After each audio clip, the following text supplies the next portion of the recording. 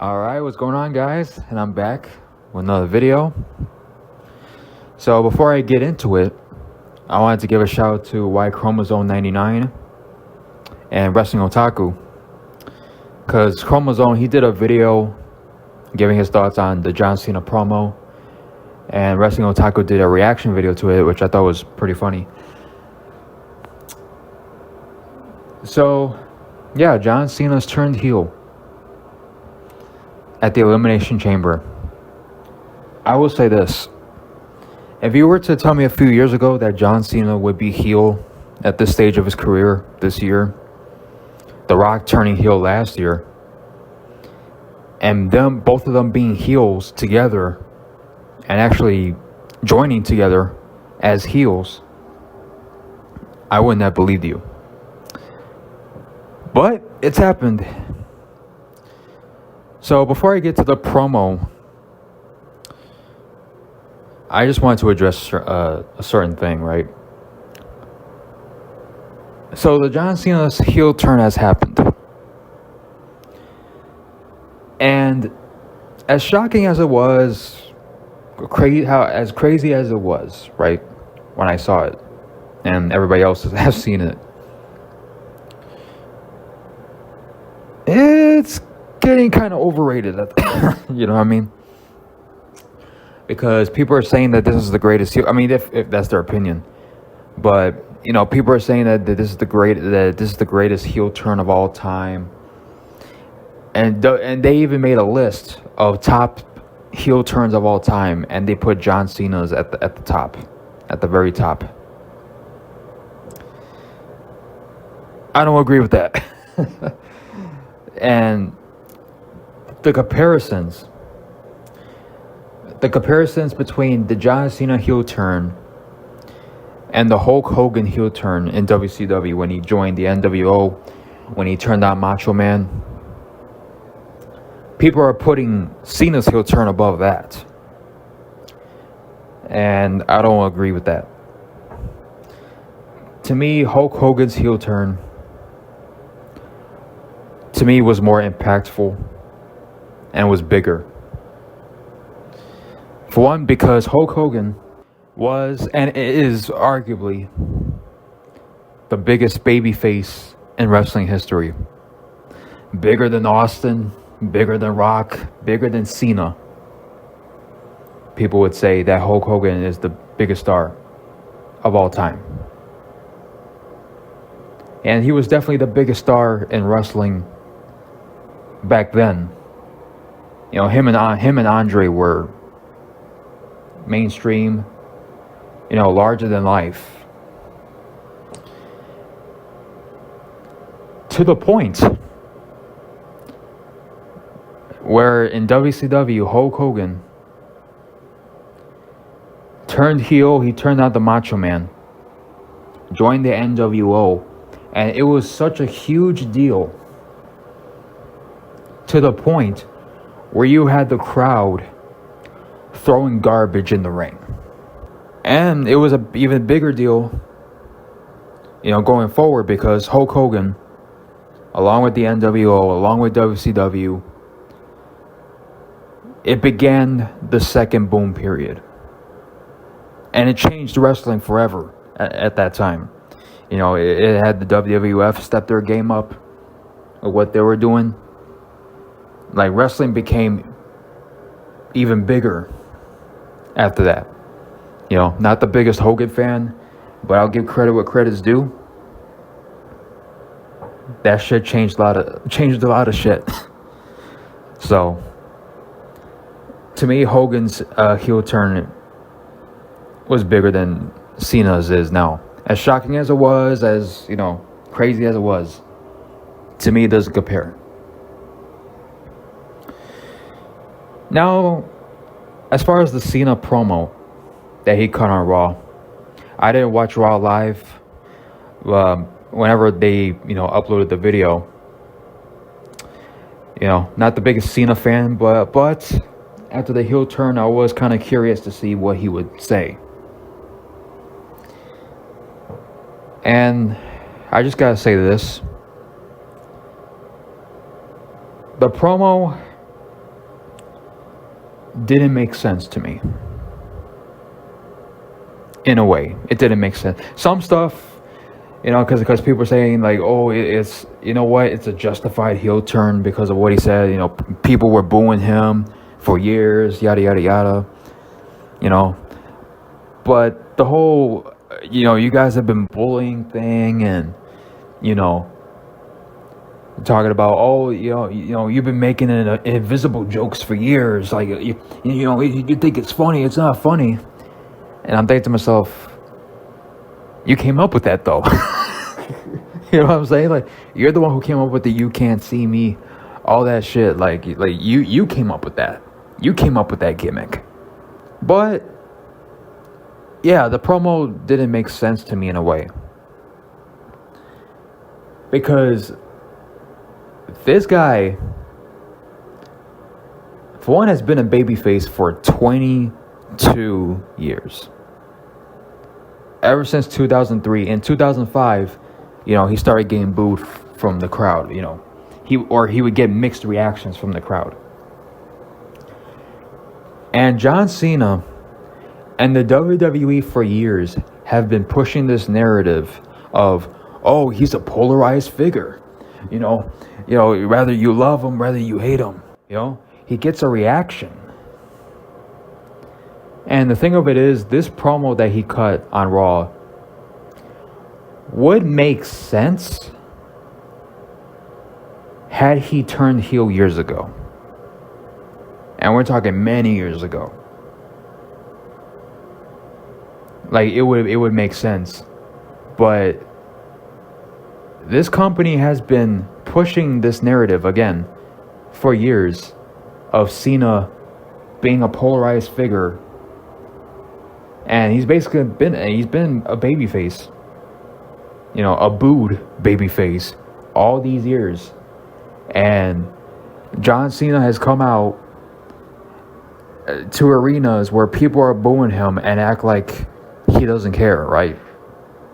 He said, "Hey, as long as you're giving me a reaction, I love it." With the smirk on his face, all the smiles that he would have. The happy-go-lucky John Cena. Hey, I'm getting booed, but you know what? It's all right. To me, the problem here, like, John Cena, he's been a babyface for far too long, to the point where it's not believable what he says. Not that he can't be a heel. Because he can pull it off. But after all the shoe interviews, the shoe promos, after all, breaking the fourth wall and all that stuff, because that's what they do. Kayfabe's been dead for years. So I can't believe that after 22 years, well, actually 20 specifically,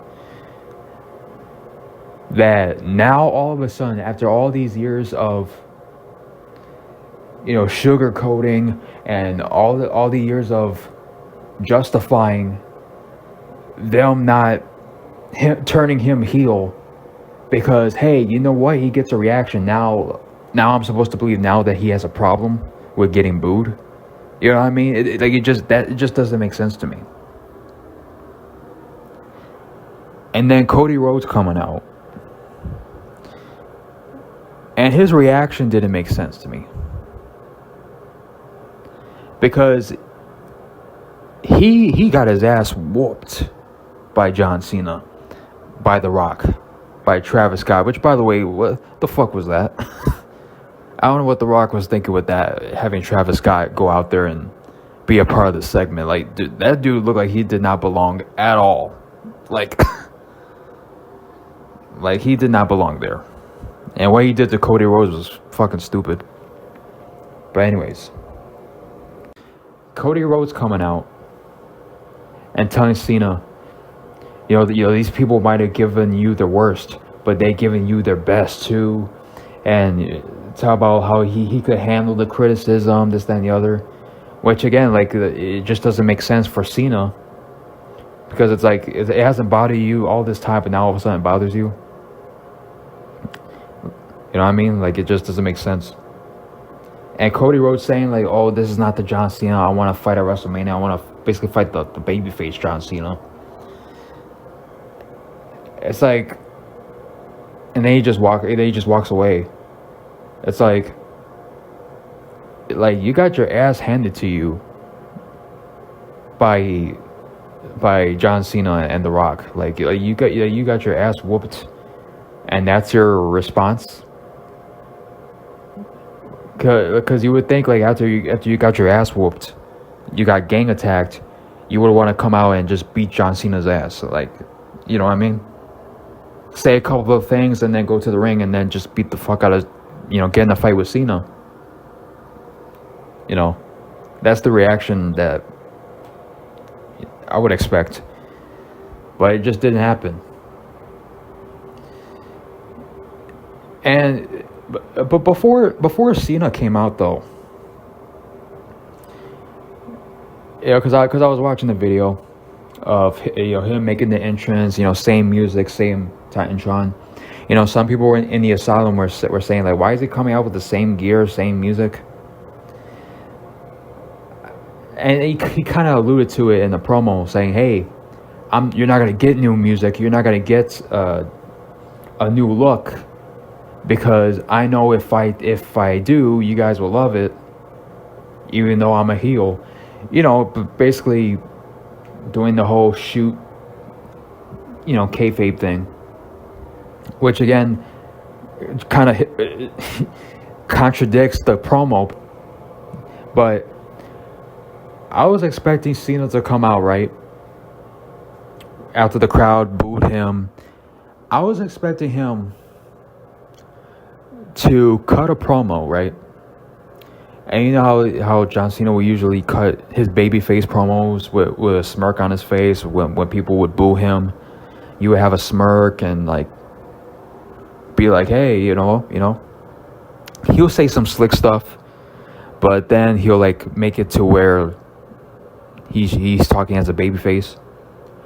I was expecting him to cut the same type of promo, but in a heel way. So like if people were to boo Cena, he would like no sell it, have a smirk on his face. It's like, hey, you know what? Like, okay, you motherfuckers want to boo me? I don't give a shit. I did what I did. I attacked Cody Rhodes because I want the belt. I'm going to become 17-time champion, whether you motherfuckers like it or not. I'm going to become champion. Something like that. I was expecting. Say something like, as far as the Make-A-Wish kids, like I never really gave a shit about the kids. Fuck them kids. I did it for the money. Something like that. Like kind of like how Hulk Hogan, when he turned heel, he was saying like, oh yeah, I did it for the money, brother. I did it for the money. Something like that. Basically saying like all these years I used, all your kids' emotions, just to make money, and just, out of you buying my merchandise, yada yada yada. Like, it doesn't make sense when he was talking about the supporters, talking about, to the Let's Go Cena people. What have you ever done to support me? And I'm thinking, as I'm listening, buy your merch. You know what I mean? Like, it doesn't make sense. And he didn't even address The Rock either, or why he joined The Rock. But either way, the promo, I wouldn't have a problem with it if it didn't contradict what Cena's been saying for years about him loving the reaction, and I love it. I love it. 22 years of being a polarized figure, and it's just like, again, he's been a babyface for too long, to the point where you can't really buy it. You know what I mean? Like, you can't really believe what he says. So that's what I gotta say about it. Let me know what you guys think in the comment section about what I said. Thank you guys for tuning in, and see you guys next time. Peace.